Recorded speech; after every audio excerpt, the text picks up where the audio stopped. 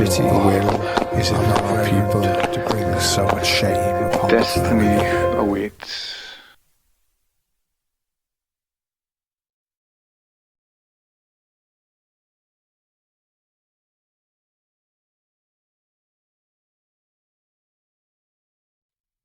My name is Dean Lawrence, and I was lucky enough to get the part of the Reverend Morgan Howells.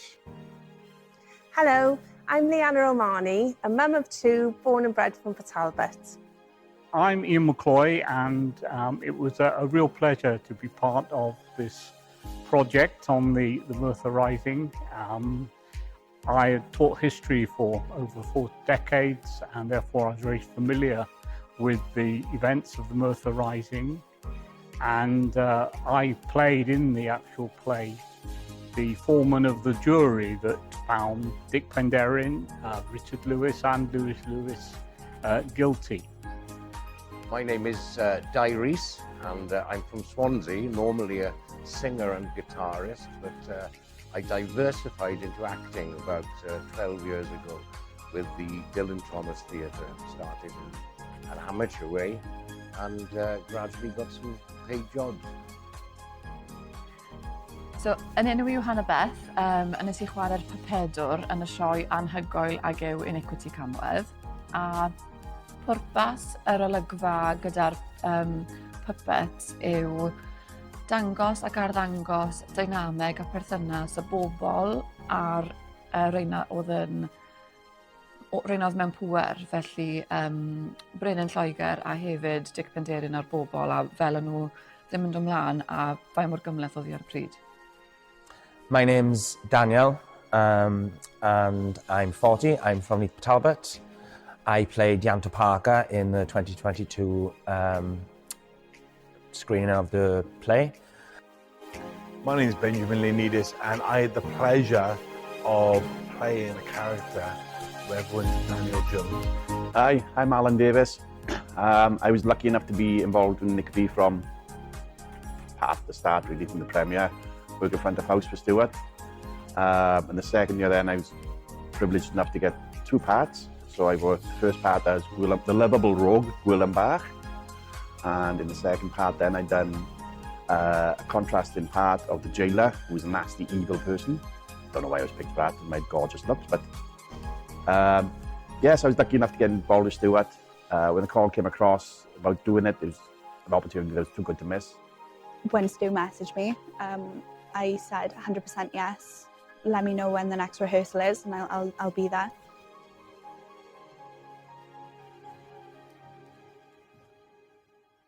For me, with the anxiety that I get just being a performer, and with mental health issues, which has become more the forefront of the last 15 years, I would say, for me to have gone from being that TV actor in a very confident, relaxed environment to now being in an environment that was live on stage in front of the Princess Royal Theatre, where there was 450, 500 people in there, I was absolutely doing one.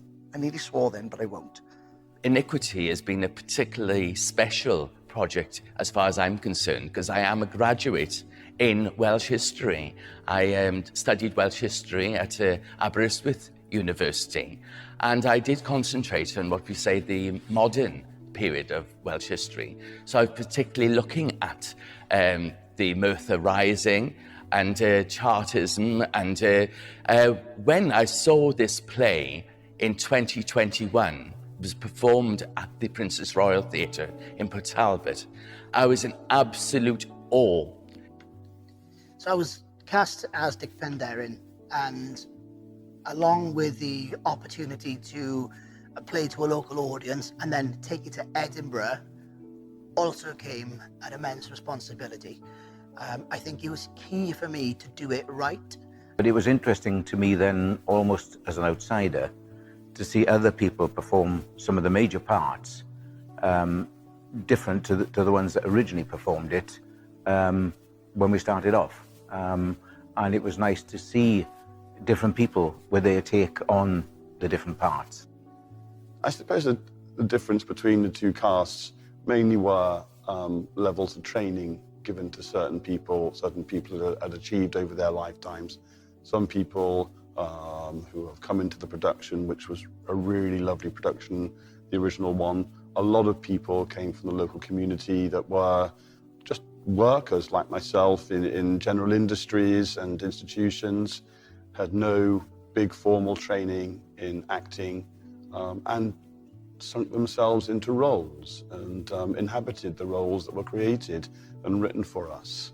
And it was really interesting to see the passion and the dedication that many of these untrained actors and later on the trained actors applied to these roles, how they really lived and inhabited the roles of these historical people.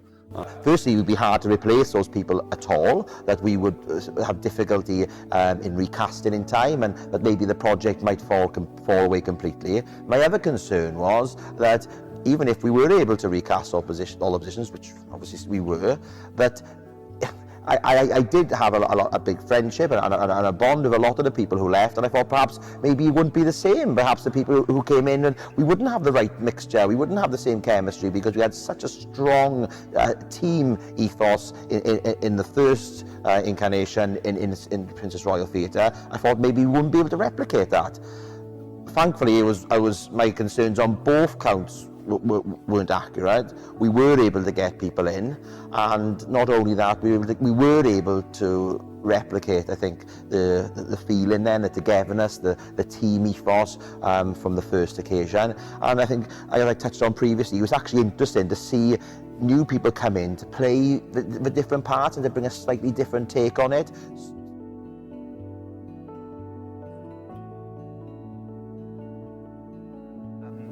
But then when Non came in, she played it equally as good as well. So we didn't lose anything in that department. In fact, we didn't lose anything in any of the cast. But yes, it was a worrying time, because I think Amy was the first to drop out, and then many others sort of followed suit.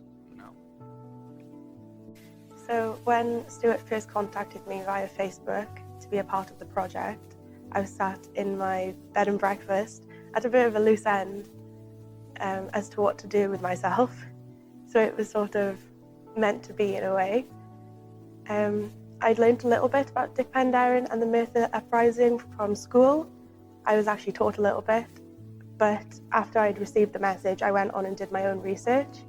I'm very proud to be Welsh, I'm very patriotic, and I just knew that it was something I was very passionate about and something I really wanted to be involved with. So during the second run of Iniquity Camwedd, as we were rehearsing for that, I started prompting as at these rehearsals, and eventually I was asked to become one of the members of the cast. I think I knew right from that first rehearsal that I would need to put in a lot of work then to make the performance worthy of the production. I have some experience of acting. I knew that I could act a little bit, but I knew that I couldn't rely just on the small amount of acting talent I had. I knew that I needed to put in the hard work. I think I'd had a conversation with Stuart early on about things he was looking for in an actor, and that talent is only one thing, and hard work is lacking from a lot of people, but it's something that we all have control over. Often talent, it can be improved incrementally, but it is harder to improve. That one thing we all have control over is how much effort and how much work we put in. And so when you have a baby that you're carrying, a project that you're carrying, you guard it very carefully, I feel. And Stuart has done that all the way through. And maybe at some points when rehearsals weren't going the way that maybe he wanted, maybe tempers got frayed. But, we overcame those and those frustrations, and he did as well. It was an enjoyable experience. I went through and came to rehearsals, and I thought, God, these people know what they're doing. What am I doing in this? But anyway, got through it, and well, the rest is history, really. And we went through all the rehearsals and really enjoyed it. Some of them were a bit heavy going on times, but yeah, it was a good experience. So me, myself, Eddie and Stuart were within Stuart's house having a meeting about the trip to the Fringe over a bacon sandwich and cuppa. And that's when we were finding out that there was quite a few changes of people dropping out and being unavailable or for whatever reason. And Eddie as well was one of them for work commitments. He was unable to go up to Edinburgh. So that gave me the opportunity to step up to stage manager, which was a bit daunting, really, because going up to Edinburgh, working with a completely, well, not a completely different cast and crew, but a lot of different faces with not a great deal backstage, not knowing how the venue or anything was going to be going up there. But I bet it was difficult times for Stuart, really, more than us. But fair play to Stuart and his character. He's just so passionate and everything. He just soldiered on, and nothing would stop him. I received a phone call from a guy called Stuart Broad. It was strange because I'd just been listening to the cricket and Stuart Broad was playing, and they weren't playing very well. I thought, God, they can't need me. Surely they can't join England. But Stuart introduced himself and he said that he'd seen me performing at the Dylan Thomas on a number of occasions. Well, I'm rather flattered. Goes to show you, see, you never know who's watching you. And he said he'd seen me do a couple of roles, and would I like to be part of Iniquity Camwedd? And he described it was all about, he said, you've heard of Dick Penderyn? Oh, yes. I said, I tried to rack my brains and get it in the right order. It was Rebecca Riots, and I know he was a Welsh martyr, and it was up Merthyr way and all that. And so would I like to be part of it? And this play is playing at the Edinburgh Festival for a week. Well, I couldn't believe my ears. Put the phone down, flipping heck. I agreed instantly, yes, certainly I'd do it. And, well, we went into rehearsals. We rehearsed twice a week. So I guess my process, I'd like to say it's the same on every job I do, but it's really not. I think it does depend on the type of role that I'm playing. And now with this, obviously Dick was a real person. He's a prominent figure. A lot of people know about him. A lot of people don't know about him, which is a crying shame. And so really I had to do it justice. And so I had to do the work. Not that I wouldn't anyway, but I had to do that work to understand his mentality, the mentality of a man during that time, working in the job that he worked at that time, the mentality of a man that's lost children. I mean, there's a lot really that happened to Dick Penderyn that goes into it, and getting into the psychology of it and trying to understand it. After deliberations with my family, because it was quite a big commitment to be away from them for such a period of time, for rehearsals and going away to Edinburgh, it was an opportunity I couldn't miss. Working with such incredible actors, and when I first went along to rehearsal, I felt I was part of something extremely special. We then, like, every week then we'd rehearsed ready for Edinburgh. Foxy, I remember, was like a bit nervous during the first things because his background is film, mine is not, mine is theatre. So I was trying to give him like sort of little tips on how I would do things.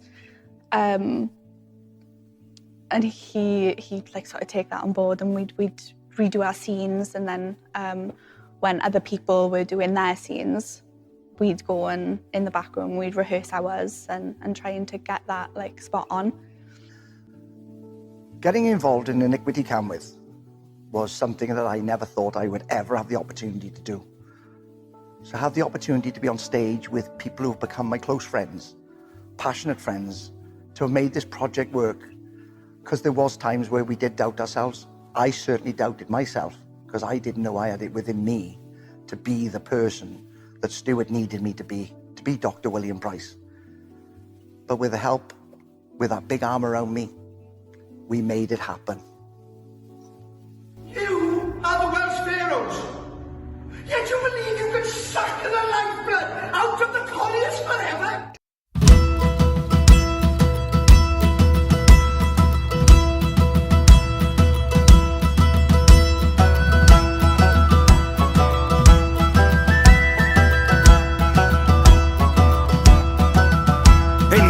year of 1831, 10,000 workers marched as one, an insurrection had begun to end the debt of slavery. Iron workers and miners came, and labourers to break the chains, united in their common claim, a cloth to